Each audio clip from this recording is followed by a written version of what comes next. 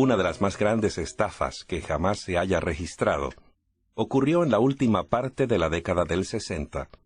David Stein, un brillante joven francés, pintó más de 400 reproducciones de las obras de los grandes maestros. En realidad eran falsificaciones de obras de Picasso, Chagall, Renoir y Van Gogh, y de otros grandes artistas.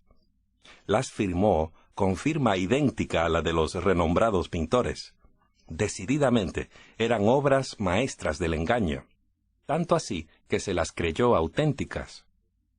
Hasta la fecha, solamente 110 de estas falsificaciones han sido detectadas y decomisadas. Stein fue arrestado en 1972 y estuvo en la cárcel de Sing Sing, en París, Francia. Fue puesto en libertad en 1980. Durante su estadía en la cárcel, su vida se transformó y decidió pintar de allí en adelante de su propia creación, usando su propia firma. Actualmente es un pintor y conferenciante renombrado, famoso en todo el mundo. ¿Y cuál es el tema de sus conferencias? Uno en el cual él es un experto: cómo identificar una falsificación. Tenemos que reconocer que Stein ha demostrado que no siempre es fácil detectar una falsificación, ni aun para los expertos. Pero aún el ingenio mostrado por tan diestro falsificador se queda corto al compararlo con el padre de todo engaño y falsedad, Satanás. En lo tocante a estafa, engaño y falsedad, no hay quien lo iguale. Por supuesto, él no obra abiertamente. Trabaja a través de personas, poderes y agencias. Si se declarase abiertamente enemigo de Dios y la verdad, habría poco peligro de que un cristiano fuera engañado. Por eso trabaja detrás de las bambalinas, a veces simulando y engañando con el ropaje mismo de la religión. Con gran ingenio mezcla la verdad con el error, con el fin de apartar al ser humano de la verdadera adoración a Dios. Dios no nos deja a merced de este gran engañador, y nos ha advertido en la Biblia acerca del engaño más portentoso de todos los siglos, el cual ocurrirá en la hora final. La Biblia dice que Daniel tuvo un sueño acerca de bestias que subían de la mar. Estaba mirando en mi visión de noche, Daniel escribió, y he aquí que los 4 vientos del cielo agitaban el gran mar. Y 4 grandes bestias, diferentes la una de la otra, subían del mar. ¿Bestias que subían de la mar? ¿Qué significa eso? Dejemos que la Biblia misma nos dé la clave para interpretar esta profecía simbólica. En este sueño, lo primero que observamos es el elemento agua. En Apocalipsis se nos dice que las aguas que has visto son pueblos y multitudes, naciones y lenguas. En el mismo capítulo es Dios quien le dice a Daniel qué representan esas bestias. Daniel 7, versos 17 y 23. Estas 4 grandes bestias son 4 reyes que se levantarán en la tierra. La cuarta bestia será un cuarto reino en la tierra. La palabra de Dios indica claramente que en la profecía bíblica, la mención de una bestia significa un rey o un reino. Las bestias que emergen de zonas pobladas de la tierra representaban ciertas naciones que iban a surgir. Note usted cómo las describe en Daniel 7, verso 3. Y 4 grandes bestias, diferentes la una de la otra, subían del mar. La primera era como un león, y tenía alas de águila. Daniel 7, verso 4. Y aquí que otra bestia, semejante a un oso, se levantó a su lado. Tenía en su boca 3 costillas entre sus dientes. Después de esto yo miraba, y aquí otra bestia, como un leopardo, que tenía en sus espaldas 4 alas de ave. Después de esto miraba las visiones de la noche, y aquí una cuarta bestia terrible y espantosa, fuerte en gran manera. Esta tenía grandes dientes de hierro, devoraba y desmenuzaba y pisoteaba las sobras con sus pies. Era muy diferente de las bestias que habían aparecido antes de ella y tenía 10 cuernos. Un verdadero zoológico. Notará usted que ninguna de ellas es una bestia común. Cada una tiene alguna característica especial que ayuda a entender la visión. Al meditar Daniel sobre esta visión, seguramente recordó el sueño del gran rey Nabucodonosor, ese sueño de la estatua. En ambos sueños, los símbolos usados cubren los 4 imperios del mundo antiguo, comenzando con Babilonia y continuando con los imperios medo-persa, greco-macedónico y romano, y culminando con la venida de Jesús y el establecimiento de su reino eterno. Volvamos a estas bestias o naciones, que surgen de la parte habitada de la tierra. La primera era como un león, y tenía alas de águila. Yo estaba mirando hasta que sus alas fueron arrancadas, y fue levantada del suelo. Luego se quedó erguida sobre los pies, a manera de hombre, y le fue dado un corazón de hombre. ¿Qué otra imagen podría simbolizar mejor a Babilonia? El primer imperio mundial, representado por la cabeza de oro de la estatua, que un león, el rey de todos los animales. Los antiguos babilonios usaban el león para representar su imperio. Los arqueólogos descubrieron en las ruinas de Babilonia este símbolo del león con alas de águila. Así como el león es reconocido por su fuerza y poder de conquistar, las del rey Nabucodonosor fueron insuperables. La rapidez con que Babilonia obtuvo poder y amplió su imperio está apropiadamente simbolizada por las alas de águila. Note usted que en otro lugar, Dios usa el mismo símbolo del león para representar a Babilonia. Jeremías 4, verso 7. El león sale de su espesura. Se ha puesto en marcha el destructor de las naciones. Ha salido de su lugar para convertir tu tierra en desolación. El soberbio y prepotente rey de Babilonia imaginaba que su reino duraría para siempre. Aparentemente no cabía en su mente la idea de que otra nación pudiera reinar sobre el mundo. Hizo inscribir en los ladrillos de sus edificios las palabras, que pueda durar para siempre. El 13 de octubre del año 539 a.C., acabó en forma nada gloriosa el reino de Babilonia, representado por la cabeza de oro en la estatua que soñó Nabucodonosor y por el león con alas de águila del sueño de Daniel. El reino o imperio representado por la segunda bestia, el oso, no puede ser otro que la conquistadora nación de Medo-Persia, el mismo reino representado por los brazos y pecho de plata en la gigantesca estatua de metal. Al observar esta bestia en visión, dijo Daniel, se levantó a un lado. Tenía en su boca 3 costillas entre sus dientes. Daniel dijo que el oso tenía 3 costillas entre sus dientes, pero la Biblia no las da por nombre. Sin embargo, la mayoría de los estudiosos de las Escrituras convienen en que las 3 costillas representan a Lidia, Babilonia y Egipto, los 3 países principales que fueron como devorados por los ejércitos medo-persas. El imperio persa duró 2 siglos, pero por más fiero y fuerte que haya sido, Dios le reveló en el sueño a Daniel que lo suplantaría otro, representado por una nueva bestia. Después de esto yo miraba, y aquí otra bestia, como un leopardo, que tenía en sus espaldas 4 alas de ave.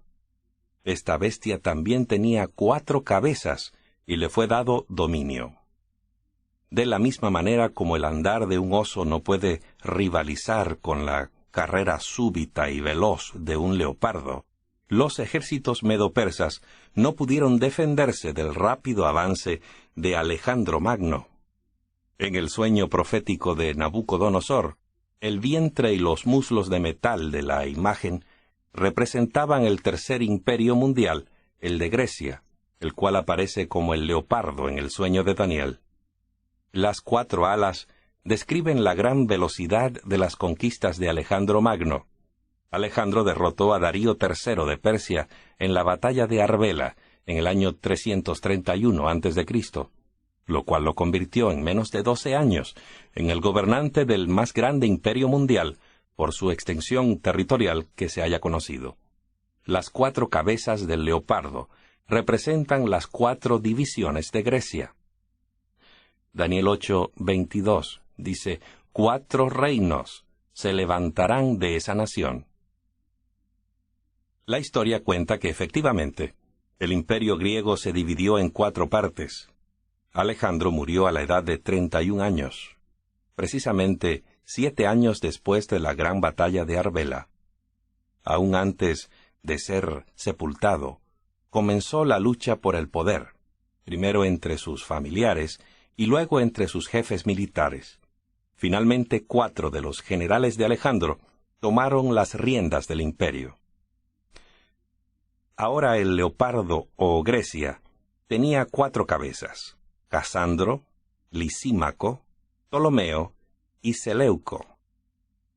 La mayoría de las personas tienen problemas aún para mantener una sola cabeza en la dirección correcta. Imaginen lo que sucedería si tuviéramos 4. Se produciría simplemente un caos, cada cabeza tratando de ser la número 1. Eso es exactamente lo que sucedió con el imperio griego. Los 4 generales de Alejandro eran hombres egoístas y ambiciosos que deseaban gobernar ellos solos el imperio. Cada uno de ellos afiló su espada en contra del otro y el imperio cayó en una maraña de rivalidades y contiendas. La zozobra y contiendas continuaron entre las 4 partes del imperio, hasta que finalmente, el 22 de junio del año 168 a.C., en la batalla de Pydna, sucumbió el imperio de Alejandro Magno, 144 años después de su muerte. Pero ¿qué actuación tendría la 4ª bestia feroz que Daniel dijo que alcanzaría el poder después del imperio griego? El ángel le dijo a Daniel que este 4º reino sería diferente al de los otros reinos. La bestia que lo representaba era extremadamente poderosa y tenía enormes dientes de hierro para destruir su presa. Se trataba de un poder cruel y malvado. No se podría hallar una mejor descripción del imperio romano. Roma fue más cruel y brutal que todos los imperios anteriores. Los romanos destruían naciones enteras o vendían a sus habitantes como esclavos. Esta espantosa bestia tenía dientes de hierro, así como el 4º imperio de estatura tenía piernas también de hierro. A Daniel lo intrigaba esta terrible bestia, y especialmente sus 10 cuernos. Le dijo: mientras yo contemplaba los cuernos, he aquí que otro cuerno, uno pequeño, crecía entre ellos, y delante de él fueron arrancados 3 de los cuernos anteriores. El ángel le dijo a Daniel: en cuanto a los 10 cuernos de aquel reino, se levantarán 10 reyes. Sin duda Daniel recordó entonces la gran estatua del sueño de Nabucodonosor, con sus pies en parte de hierro y en parte de barro cocido, la cual terminaba en los dedos, o sea, las divisiones del imperio romano. Para el año 476 a.C., las tribus bárbaras del norte de Europa habían desmembrado en su mayor parte al imperio romano. 7 de esos reinos o naciones existen actualmente en Europa. Pero lo que más le interesó a Daniel fue el cuerno pequeño, que brotó entre los 10 cuernos y se impuso al derribar 3 cuernos en su lucha por la supremacía. Daniel notó en el cuerno lo expresado a continuación. Y aquí que en este cuerno había ojos, como ojos del hombre, y una boca que hablaba arrogancias. La visión de este cuerno pequeño le causó desasosiego a Daniel. En cuanto a mí, Daniel, mi espíritu se turbó, y las visiones de mi cabeza me alarmaron. Ahora bien, ¿Por qué le causó a Daniel tanta preocupación la descripción de este cuerno pequeño? Dice él, porque yo veía que este cuerno hacía guerra contra los santos y los vencía.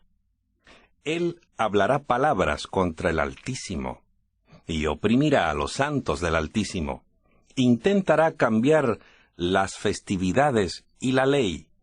En su mano serán entregadas durante un tiempo, tiempos y la mitad de un tiempo. Daniel reconoció que esta predicción no trataba solamente de historia secular, sino que tenía que ver con la historia del pueblo de Dios. Este cuerno pequeño hizo guerra contra los santos de Dios y de hecho prevaleció contra ellos por un largo período.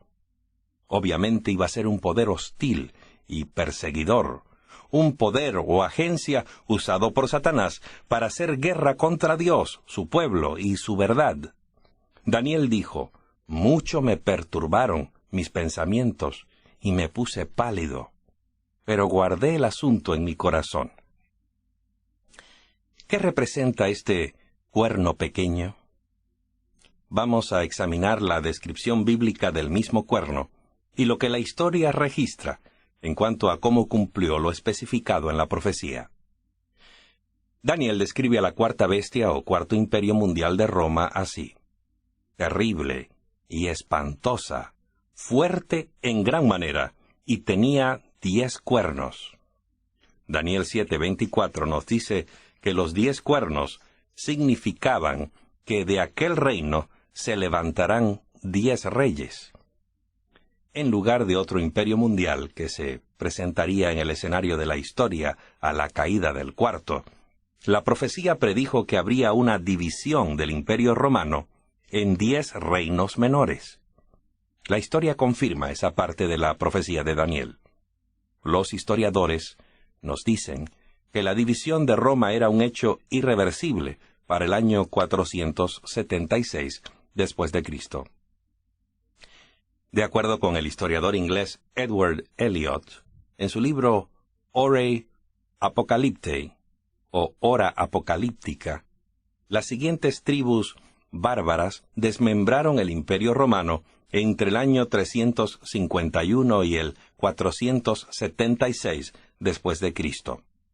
La siguiente lista da los nombres de las tribus bárbaras y su equivalente contemporáneo: alanos o alemanes, burgundios o suizos, francos o franceses, lombardos, italianos, sajones, ingleses, suevos, portugueses, visigodos, españoles, érulos, ostrogodos y vándalos, extintos actualmente. Estos son los 10 cuernos de la cuarta bestia que vio Daniel. Y de acuerdo con la profecía, el cuerno pequeño se iba a levantar con gran poder después de los 10 cuernos o divisiones del imperio romano. En cuanto a los 10 cuernos, de aquel reino se levantarán 10 reyes. Tras ellos se levantará otro y derribará a 3 reyes. En el año 493 después de Cristo, los érulos fueron destruidos con la ayuda del emperador Zenón. Justiniano, otro emperador, exterminó a los vándalos en el año 534 y luego acabó con el poder de los ostrogodos en el año 538. De esta manera los 3 cuernos de la profecía de Daniel fueron arrancados, con lo cual surgió el poder de la Iglesia en Roma. Entonces el emperador Justiniano decretó que el obispo o papa de Roma fuese el dirigente religioso de la Roma de Occidente. Daniel predijo también que el cuerno pequeño sería diferente de los otros reinos. Tras ellos se levantará otro. ¿Era diferente esta bestia? Ciertamente lo era. Los otros reinos eran poderes políticos, pero este cuerno pequeño era una potencia religiosa que ejercería poder político. El dedo profético parece estar señalando hacia la Iglesia Católica de la Edad Media como el cuerno pequeño de Daniel 7, justamente como lo indicaron los reformadores protestantes. Daniel proporcionó también otra característica identificadora de este poderoso cuerno pequeño. Yo veía que este cuerno hacía guerra contra los santos y los vencía. Dijo también que este poder oprimirá a los santos del Altísimo, verso 25 del capítulo 7 de Daniel. ¿Se involucró la Iglesia de la Edad Media en la persecución? Desafortunadamente, sí. Así lo cuentan la historia de la Inquisición, las cruzadas, las luchas con los hugonotes, las persecuciones de los valdenses y albigenses, la guerra de los 30 años, las torturas, los calabozos, etc. La hoguera a la que fueron sentenciados los mártires, todo ello está ligado históricamente a la Iglesia durante los oscuros siglos de su supremacía. Pero hay aún otra importante característica distintiva del poder de este cuerno pequeño. La profecía preveía que este poder intentará cambiar las festividades y la ley. Otra versión dice, los tiempos y la ley. Daniel 7, verso 25. ¿Intentó el poder papal de la Edad Media cambiar la ley de Dios? Sí. La Iglesia reconoce haber cambiado el día de reposo del sábado al domingo en virtud de su autoridad. La última característica que estudiaremos señala el tiempo cuando este poder iba a ser supremo y por cuánto tiempo perseguiría a los santos de Dios. En su mano serán entregadas durante un tiempo, tiempos y la mitad de un tiempo. Aquí encontramos más símbolos bíblicos. En profecía la palabra tiempo significa un año y la palabra tiempos significa 2 años o 720 días proféticos. Un medio tiempo equivale a la mitad de un año o 180 días. Cuando sumamos un tiempo, es decir, 360 días, tiempos, 720 días, y la mitad de un tiempo, 180 días, el total corresponde con 1260 días proféticos o años. De acuerdo con Ezequiel, un día profético equivale a un año. Te he fijado un día por cada año. Ezequiel 4, verso 6. El poder del cuerno pequeño iba a reinar supremo durante 1260 años. La historia confirma la exactitud de este período profético.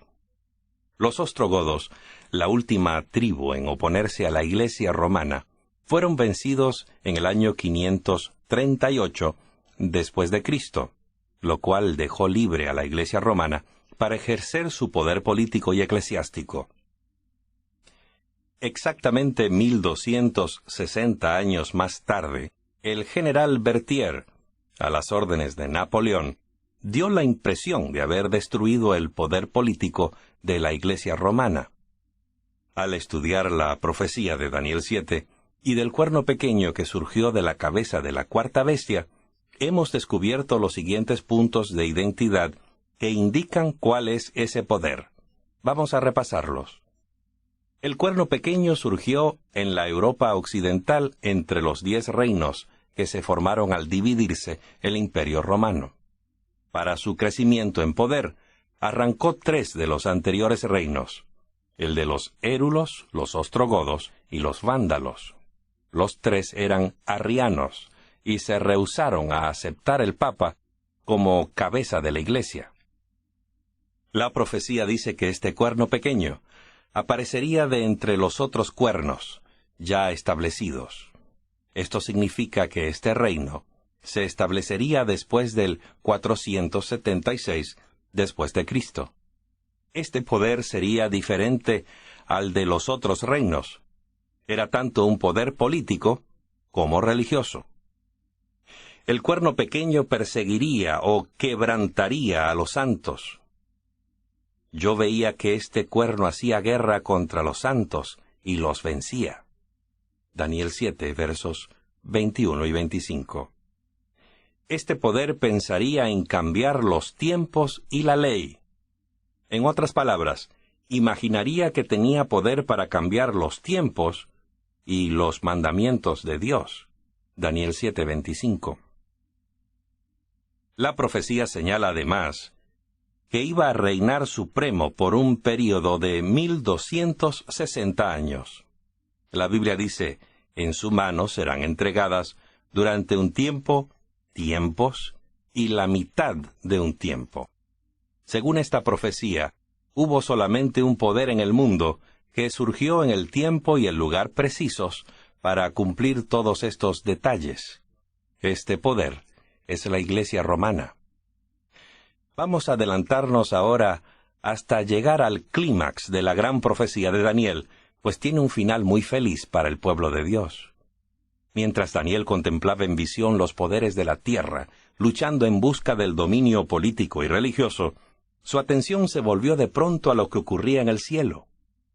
Estaba mirando hasta que fueron puestos unos tronos, y se sentó un anciano de días. Su vestidura era blanca como la nieve, y el cabello de su cabeza era como la lana limpia. Su trono era como llama de fuego, y sus ruedas fuego ardiente. Un río de fuego procedía y salía de delante de él.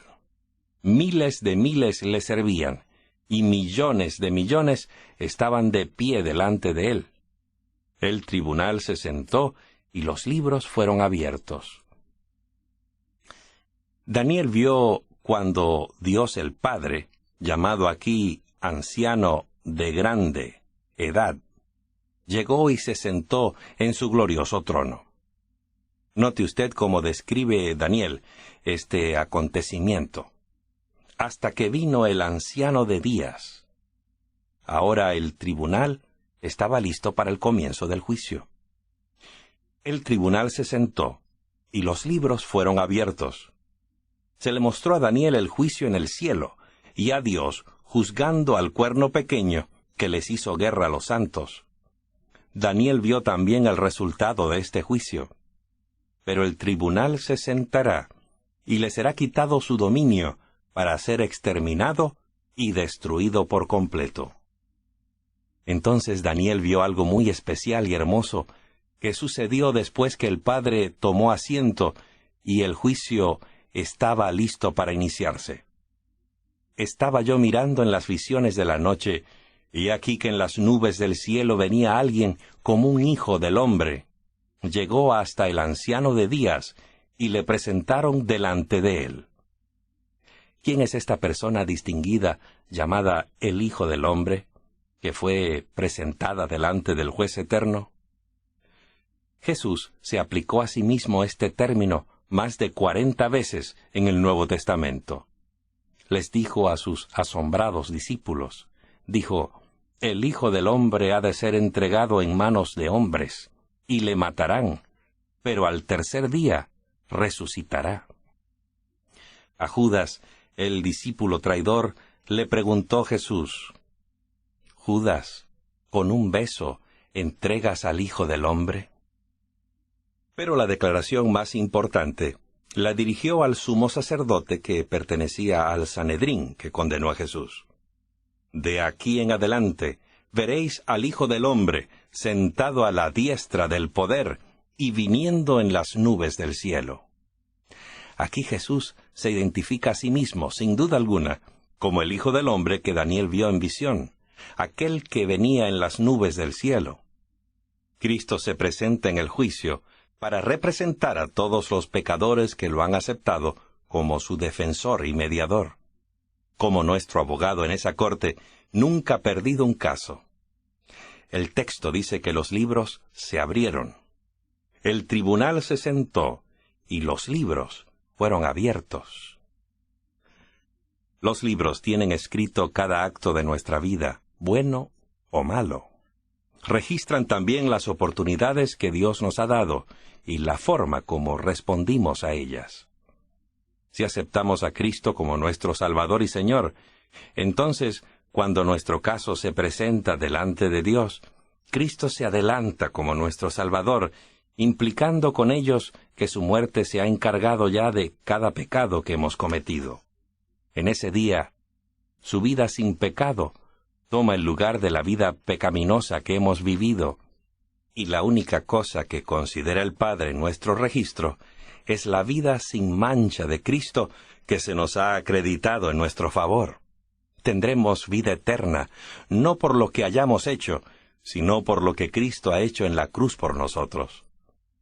Tal vez Daniel se interesó tanto en el cuerno pequeño, y en lo que finalmente sería de él, que se adelantó y dio la historia completa de su carrera, lo cual de hecho toma lugar después del juicio, anterior al detenimiento, cuando se escudriñen todos los asuntos de esta tierra y se tome la decisión acerca de quiénes formarán parte del reino eterno de Dios. El reino y el señorío le fueron dados a Cristo. Dice Daniel 7:14. Entonces le fue dado el dominio, la majestad y la realeza. Todos los pueblos, naciones y lenguas le servían. Su dominio es dominio eterno que no se acabará, y su reino uno que no será destruido. Daniel continúa dando más buenas noticias acerca de este reino. Y la realeza, el dominio, serán dados al pueblo de los santos del Altísimo. El pueblo de Dios, sus santos, son los herederos, juntamente con Cristo, al tomar él posesión de ese reino eterno. Pero los santos del Altísimo tomarán el reino y lo poseerán por los siglos y por los siglos de los siglos. Esta parte de la profecía coincide con la piedra en el sueño de Nabucodonosor, la cual fue cortada no con mano, y dio con la imagen en sus pies, y la piedra se convirtió en una gran montaña que llenó toda la tierra.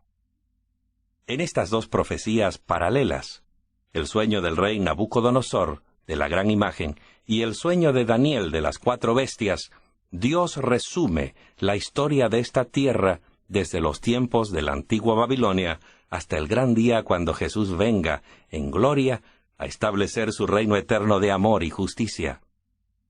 Actualmente estamos viviendo en los días de estos reyes, en el tiempo correspondiente a los pies de hierro y barro cocido. Se está acabando el tiempo para la tierra como es y para sus habitantes. Este es el mensaje que Dios está tratando de darnos a cada uno por medio de sus grandes profecías. ¡Qué extraordinaria forma de predecir siglos de historia mundial en solo 2 breves capítulos de la Biblia! Y si lo pensamos bien, ¿no fue ese sueño dado a Daniel esa noche, hace tanto tiempo en Babilonia, una tremenda expresión del amor de Dios y de su interés por su pueblo en la tierra? En ese tiempo, Jerusalén estaba en ruinas. Israel, el pueblo de Dios, estaba cautivo en Babilonia. El panorama parecía muy oscuro. Pero Dios, en forma inusual, le estaba diciendo a Daniel: yo tengo el control de todas las cosas. Los reinos y los reyes pueden surgir y caer. Los imperios pueden levantarse y desaparecer, pero yo no me he olvidado de mis hijos en la tierra y mi plan para ellos. Algún día, todas las cosas estarán bien. Amigos que me escuchan, reinos y reyes han surgido y han desaparecido. La doble profecía de la imagen y las bestias ha llegado casi a su total cumplimiento. Jesús viene muy pronto a ejecutar su juicio y restaurar el dominio perdido por Adán y Eva mucho tiempo atrás. Él desea que todos sus hijos de este planeta, que serán parte de ese reino, estén listos para ese glorioso momento cuando el Salvador regrese. En ese día podremos